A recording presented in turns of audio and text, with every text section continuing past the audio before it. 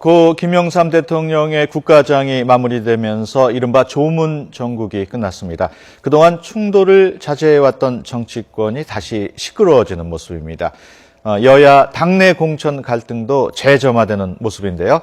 자세한 전국 소식 알아보겠습니다. 홍성걸 국민대 교수 그리고 최진 대통령 리더십 연구원 원장 모시고 얘기 나눠보겠습니다. 안녕하십니까? 안녕하십니까? 네, 안녕하세요. 네.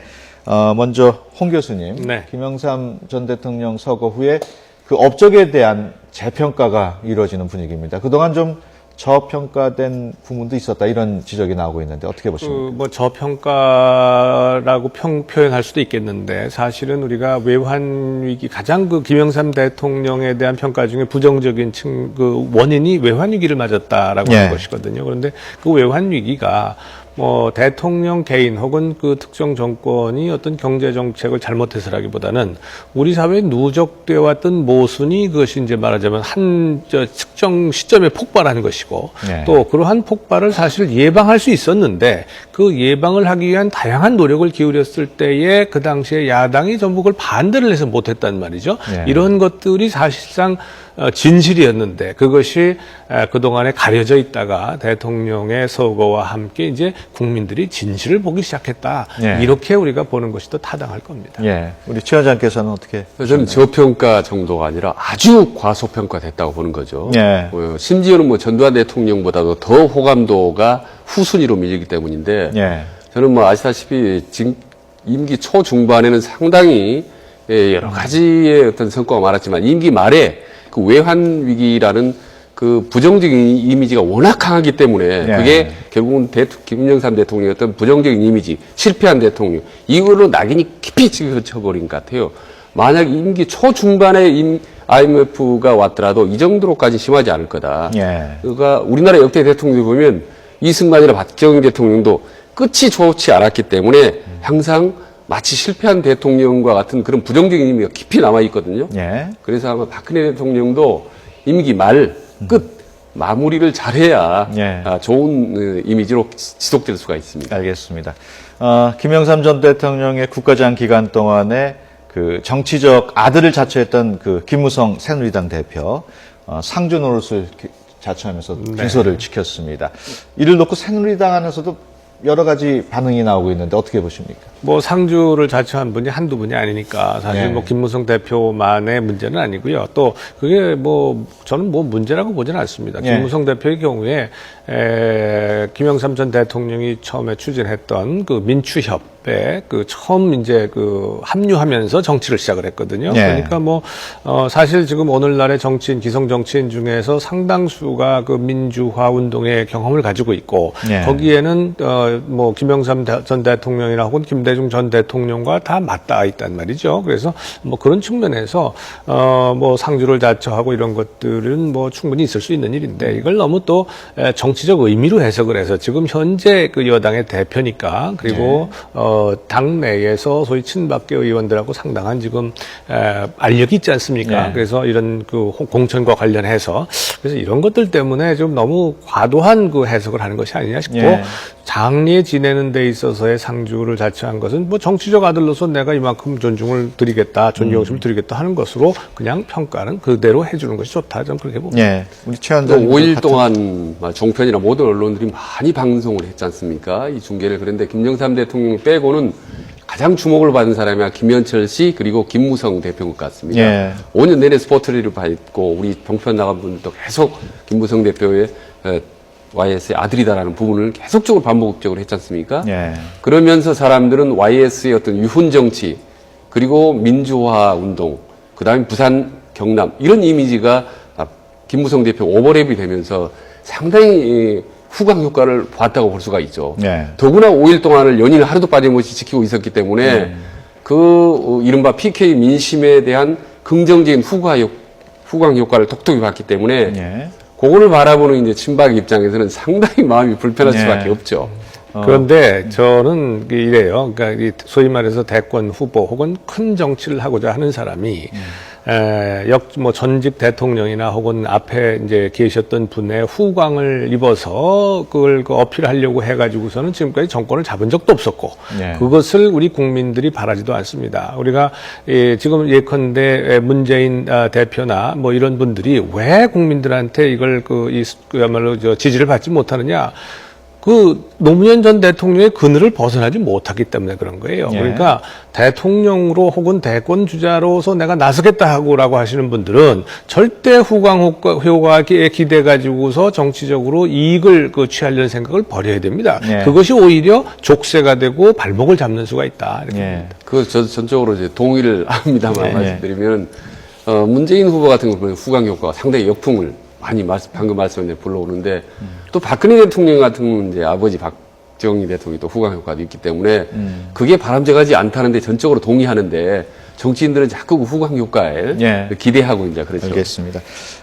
앞서 저희가 차남 김현철 씨 녹취를 잠깐 들려드렸습니다만은 사회를 위해서 뭘 할지 생각해 보겠다. 근데 이거 관련해서 정계 복귀하는 거 아니냐 이렇게 예상하는 분들이 있는데 맞을까요? 저는 뭐 충분히 그건 맞다고 봅니다. 저는 이제 책을 통해서라 연구를 많이 하고 또 개인적으로 잘 압니다만은 김현철 씨를 단순히 아들이 아니라 상당히 뛰어난 기획가입니다. 어머니 손명순 여사를 닮아서 참 조용하고 차분하고 말이 없지만 아주 용이 중요한 기획통이거든요. 그래서 그 대선 때도 92년 대선 때도 뭐 영소사이트라는 중앙사회 여론조사 이런 많은 비선 라인을 만들어서 아버지가 대통령이 만드는 결정적인 역할을 했거든요. 그리고 집권 이후에도 하나의 척결한 이런 상당히 개혁 정치에 보이지 않는 기획자가 바로 이제 김현철 씨라는 얘기가 있습니다. 그 정도로 정치적인 능력이 있는데 그동안 여러 번 좌절했지 않습니까? 동작에 나오려도 안 되고 거제로 나오려도 안 됐는데 요번에 아버지에 대한 그 재평가 분위기가 확 뜨면서 정말 완전히 최고 스타가 됐죠. 아마 제가 장담컨대 이번 총선 때 틀림없이 나갈 가능성이 높다고 봅니다. 사실은요, 아버지가 워낙 훌륭하시면 아들은 사실은 그 후광 효과를 받기가 참 어렵습니다. 물론 이제 박근혜 대통령 아까 말씀하셨는데 사실은 박근혜 대통령도요, 박정희 대통령의 후광 때문만 저렇게 된 게 아니에요. 그동안에 정치 역정한 대통령 되기까지 15년간의 이걸 보면 스스로가 만들어낸 겁니다. 그것 결코 아버지의 그걸 후광을 그대로 받은 건 아니에요. 물론 다만 한 30% 정도의 고정 지지층을 계속 갖고 갈 수 있었던 것은 분명히 아버지의 효과이긴 하지만 근데 김현철 씨도 제가 보기에는요. 훌륭한 아버지를 뒀기 때문에 좀 손해보는 케이스가 아니었나 이렇게 생각이 들어요. 그동안에 여러 차례에 걸쳐서 정계 진출을 시도했지만 그것이 아까 이 대통령, 김영삼 대통령에 대한 저평가 때문에도 또 그렇게 됐었고 또 본인 자신이 사실은, 김영삼 정부 말기에, 형무소에 가는 그 영어의 몸이 되지 않았습니까? 한모 사태 때 이제 그 뇌물수수 사건이나 이런 것 때문에 이런 것들이 계속 꼬리표를 달고 있었기 때문에 좀 어려웠었고요. 다만 아직 나이도 젊고 말씀하신 것처럼 그 능력도 있고 이러기 때문에 아마도 이번을 계기로 해서 그 아버지의 명예가 회복이 되는 이런 상황 속에서 정계에 지금 총선도 있고 하니까 진출할 가능성이 저는 매우 높다고 이렇게 봅니다. 김현철 씨 외에도 손학규 상임고문의 복귀설도 지금 솔솔 나오고 있다면서요? 그 부분은 어떻게 보십니까? 저는 손학규 상임고문도 그 복귀는 할 거라고 보여져요. 그런데 이번 총선을 계기로 한 것은 아닌 것 같고, 이제 시기가 문제고요. 또 명분이 문제지 않습니까? 지금까지는 강진에 계속 지금 집거하고 있는 상태인데, 지금 야권의 저러한 그 지리멸렬한 상태가 뭔가 야권의 구심점을 필요로 하고 있는데, 그 야권의 구심점을 연매 역할을 하고 그 야권을 재건시킬 수 있는 지금 대안 중에 하나이기 때문에 아마 끊임없는 러브콜이 손학규 전 대표에게 가지 않겠나 이렇게 생각이 됩니다. 최 원장님도 동의하십니까? 예, 비슷합니다. 1년 넘게 강진 토굴집에서 집권했기 때문에 이제는 하산할 때가 됐다고 보는 거고 다만 이제 어떤 방식으로 언제 하느냐는 문제인데 그래서 가능하면 지금부터 정치적인 오해를 받지 않으면서 외부 국민들에게 노출되는 그런 기회를 아무래도 바라지 않겠느냐. 그런 점에서 이번에 김영삼 대통령의 빈소 연결식은 상당히 좋은 기회였죠. 찬스죠, 일종의. 그래서 5일 동안 내내 거기서 지키고 있었고, 그도 그럴 것이 본인이 또 93년 보궐선거 때, 광명 보궐선거 때 발탁을 했던 그런 또 인연이 있기 때문에 이래저래 명분이 좋지 않습니까? 예. 그래서 밖에 김영삼 대통령 민주화에 그래도 또 후광 효과도 얻고 많은 분들을 한꺼번에 한 자리에서 여야 두루두루 만날 수도 있고 본인을 또 국민들에게 노출시킬 수도 있고 일석삼조의 효과를 볼 수 있는 좋은 기회였다. 예. 다만 아마 아까 교수님 말씀대로 총선 때 전격적으로 나가기는 부담스럽기 때문에 상당히 그 이후에 신중한 어떤 기회를 예. 보지 않겠느냐. 예. 그 김영삼 전 대통령 업적이 재조명되면서 네. 그 이른바 그 PK 부산 경남 지역에 대한 그 민심도 관심을 끌고 있어요. 네. 그 부분은 어떻게 보십니까? 아무래도 그 PK 쪽에서 말하면 상징적인 존재였지 않습니까? 예. 그런데 그렇다고 해서 지금 현재 소위 PK 출신의 정치인들이 김영삼 전 대통령의 서거로 인한 어떤 민심의 후광을 입어서 그걸 가지고 어떤 정치적인 그런, 이 활동에 예. 말하자면 에너지라고 할까요? 이걸로 활용하기에는 좀 어렵지 않겠나 싶습니다. 네. 우선 대한민국은 우선 손바닥만 하고요. 그 다음에 같은 그 PK 출신이라고 해서 그걸 바탕으로 해서 어떤 정치적 지도자로 이렇게 부상하기에는 저는 어렵겠다 이렇게 생각이 듭니다. 그리고 우선 김무성 대표 자신이 누구든, 김무성 대표뿐만 아니라 안철수 의원도 이제 PK이고 다 그런데 이런 네. 분들이 누구든지 간에 적어도 국민들에게 말이죠. 대통령이 될 수 있는 내가 국량이 있고 네. 또 정치적 감각도 있고 또 이 리더십이 있어서 나의 반대파를 설득할 수 있다. 충분히. 이런 것들을 보여줘야 되고요. 무엇보다도 그 과거에 DJ나 혹은 YS가 했던 것이 뭐냐면 국민들에게 희망을 준 겁니다. 네. 아무리 어려운 권위주의 정권 시절에도 국민들에게 이 사람한테는 뭔가 우리가 기대를 걸 수 있겠다라고 하는 희망을 줬는데 네. 그런 희망을 본인이 주지 않으면 PK 출신이 아니라 더블 PK 출신이라 하더라도 그건 어렵다. 예. 이렇게 보죠. 네. 알겠습니다. 우리 홍 교수님 잠깐 언급을 하셨습니다만 네. 지금 문재인 대표 또 김무성 대표 또 안철수 의원 게다가 이제 박원순 시장까지 네. 전부 PK 출신이에요. 참 공교롭게도. 특입니다. PK 목장 결투라고 할 정도로 대권 주자 여야 통틀어서 1위부터 4위 정도까지 선두를 달리고 있는 사람들이 다 PK 출신들입니다. 예. 그런데 부산 경남 출신들이 여기서 다시 한번 이제 김영삼 대통령의 변수 이 부분이 중요한 역할을 할 거다. 어떤 식으로 누가 김영삼 대통령 후광을 얻느냐에 따라서 예. 상당히 영향을 미칠 수 있다. 고로 다음 대선 때는 부산 경남의 민심이 상당히 결정적인 변수 역할을 할 수 있다. 예. 여기서 자칫 잘못하면 김현철 씨 대 김무성 대표가 대립하는 구도도 될 수도 있다. 왜냐하면 지금 지난번 대선 때 김현철 씨는 문재인 대표를 후보를 지지를 했거든요. 예. 그리고 지금 상당히 그쪽과 가깝고 영입설이 나올 정도입니다. 그렇게 되면 김무성 대 문재인 플러스 김현철이라는 아주 묘한 구도가 되고 예. 그러면 정말 지금 PK 민심은 상당히 헷갈리고 또 한 번 고민 속에 부산 경남 예. 사람들은 아주 혼란에 빠질 수도 있다고 봅니다. 그 조문 정국이 끝나면서 여당 내에서 그 공천 룰 문제가 다시 거론되지 않겠느냐, 예. 다시 좀 갈등이 나오지 않겠느냐 보는데 그 부분은 어떻게 보십니까? 그렇습니다. 그동안에 이제 쭉 잠복했던 문제 아니겠습니까? 네. 가장 중요한 국회의원들이 자다가도 벌떡 일어나는 공천 룰 문제, 이 문제가 불불 끓고 뜨겁게 논의되다가 최근 들어서 이제 조문정국에서 잠시 가라앉았는데, 예. 요게 이제 다시 불거지면서 그야말로 친박 대 비박, 혹은 또 야당에서는 친노 대 비노의 어떤 갈등, 아주 치열한 그런 세싸움이 이제부터 이제 아마 내일 모레부터 이제 본격화될 거라고 봅니다. 예. 홍 교수님도 친박계 비박계 갈등이 커질 걸로 전망을 하십니다. 아무래도 이제 공천권 또는 공천을 어떻게 할 것인가, 공천관리위원회를 가지고 할 것이냐, 아니면 특별 기구를 만들 것이냐 가지고 네. 사실은 그 이전부터도 계속 논의가 되어 왔기 때문에 좀 아무래도 다시 부활을 하겠죠. 그런 네. 논의가. 그런데 정치인들께 제가 말씀드리고 싶은 것은 이런 거예요.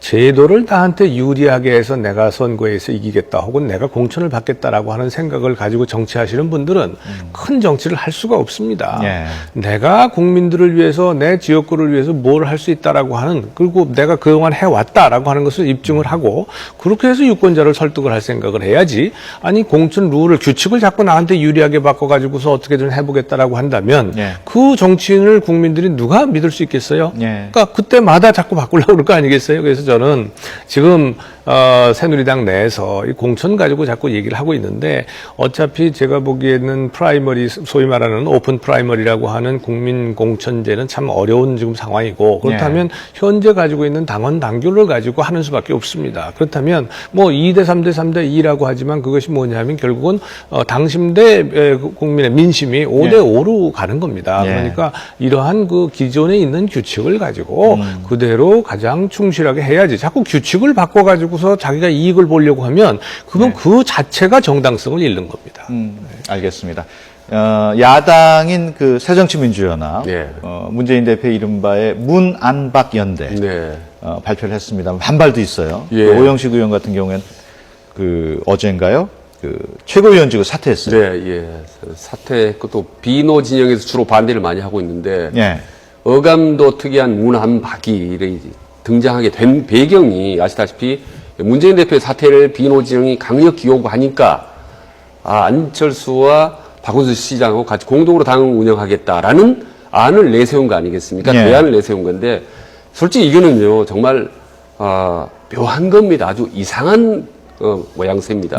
안철수 대표가 전 대표가 그렇게 강력하게 그러면 공격을 하지 않았으면 비판하지 않았더라면 이런 안을 제시했겠느냐. 세게 공격하니까 그럼 그때는 마지 못해서 함께 하자는 것 이것도 영 모양이 이상하고 또 하나는 박원순 서울시장은 행정가입니다. 지금 정치인이 아닙니다. 밖에서 서울시 전체에 지금 행정을 담당하는 그런 분을 같이 또 정치권에 한 복반을 끌어들여서 이런 삼자 구도를 가지고 당의 무슨 운영을 위기를 돌파하겠다는 것은 그야말로 정치 공학적인 이런 묘수, 꼼수기 때문에 당 내에는 물론이고 당 외부로부터도 절대 환영을 받기 힘들다.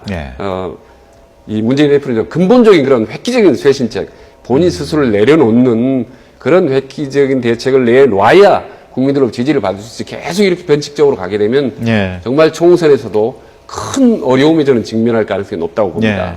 홍 교수님도 동의하십니까? 네, 뭐 이게 참 결국은 문재인 대표 체제 갖고는 안 된다라고 하는 쪽과 문재인 대표 측에서는 공천권을 비롯한 이런 걸 내려놓기 싫은 거하고 지금 부딪히는 거 아니겠어요? 그런데 그 어디에도 국민 혹은 민심에 대한 생각은 없는 겁니다.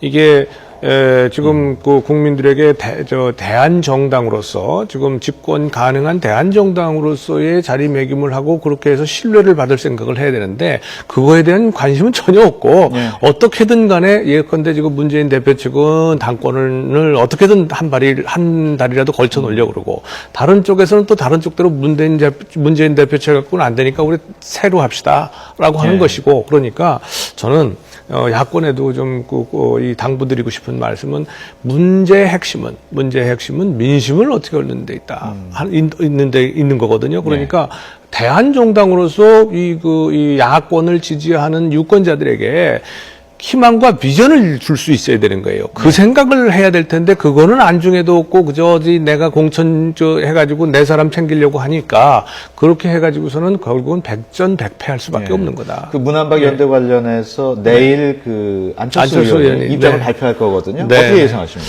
글쎄 지금 뭐 여러 가지 예상이 있는데 지금 현재로 볼 때 지금까지 안철수 의원이 반복해서 얘기하고 있는 걸로 볼 때는 뭐 그냥 뭐 참여할 것 같지는 않아요. 그러니까 뭔가 다른 대안을 제시하지 않겠나. 다시 얘기해서 뭐 비상체제라든가 혹은 뭐 다른 체제를 통해 가지고 이걸 좀 당을 근본적으로 이 국민들에게 신뢰를 받을 수 있게 좀 바꾸자라고 하는 얘기를 먼저 내놓지 않겠나. 이렇게 생각이 듭니다. 알겠습니다. 그 국회 본회의가 이제 모레 열립니다. 그 본회의에서 가장 관심이 뭐 한중 FTA 비준안, 뭐 여러 가지 법안 처리 관심인데 어떻게 전망하십니까, 우리 최 원장님? 그동안 김영삼 대통령이 조문정국 때문에 5일 동안 많은 국민들이 옛날 민주화에 다시 되새기는 좋은 기회도 됐지만 또 동시에 5일 동안 사실 국회가 예. 거의 뭐 공백 비슷하게 되다시피 했습니다. 그래서 이제 또 김무성 대표도 계속 또 정문이 있었던 반면에 그래서 청와대도 상당히 불편해하게 지금 생각하는 거 아닙니까? 예. 지금 한중 FTA도 중요하지만은 우리 대한민국 국민들이 혈세를 져야 될 이 세금 예산 문제, 이 문제를 어떻게 해야 될 것인지 예. 이게 지금 아직 완전히 펜딩 상태 지금 대기하고 있는 상태입니다. 예. 이러기 때문에 거기다가 또 전혀 여야하고 지금 첨예하게 의견이 엇갈리고 있지 않습니까? 예. 그래서 시간이 너무 촉박합니다. 빨리 이 문제는 여야가 김영삼 대통령 마지막 유지로 남겼던 그 통합의 그 묘를 발휘해서 서로 여야 간에 좀 양보할 건 양보하고 해서 대타협이 예. 빨리빨리 이루어졌으면 좋겠습니다. 예, 알겠습니다.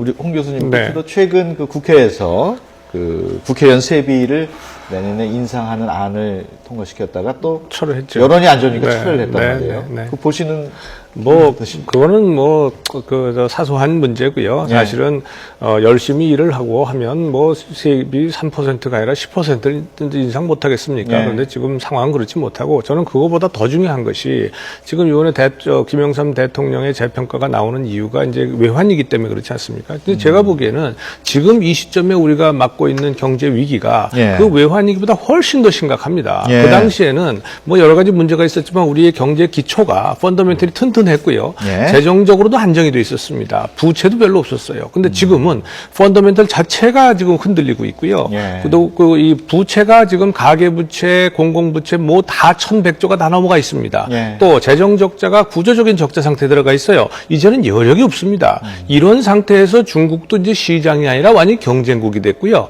이제 더 이상 우리가 어떻게 뻗어나갈 수 있는 방법이 없어요. 예. 수출도 구조적으로 지금 하향 추세 아닙니까? 자, 이런 상태인데 정치인들이 저렇게 지금 이 경제 활성화에 관련된 법안을 통과시켜주지 않고 국회에서 발목 잡고 있으면 후세에서 반드시 비난을 받을 수밖에 없다. 이거는 지금 아주 그냥 매국의 제가 좀 강하게 좀 말씀드립니다. 이건 매국하고 똑같은 거예요. 예. 우리가 지금 이 시점을 놓치면 외환 위기보다 훨씬 더 심각한 경제 위기를 맞을 수 있다. 예. 제발 빨리 한중 FTA는 물론이고 지금 경제 활성화 법안을 좀 통과시켜 달라죠. 그렇게 예. 부탁드리고 싶습니다. 알겠습니다. 지금까지 홍성걸 국민대 교수 그리고 최진 대통령 리더십 연구원 원장과 함께 얘기 나눴습니다. 오늘 두 분 고맙습니다. 네, 고맙습니다.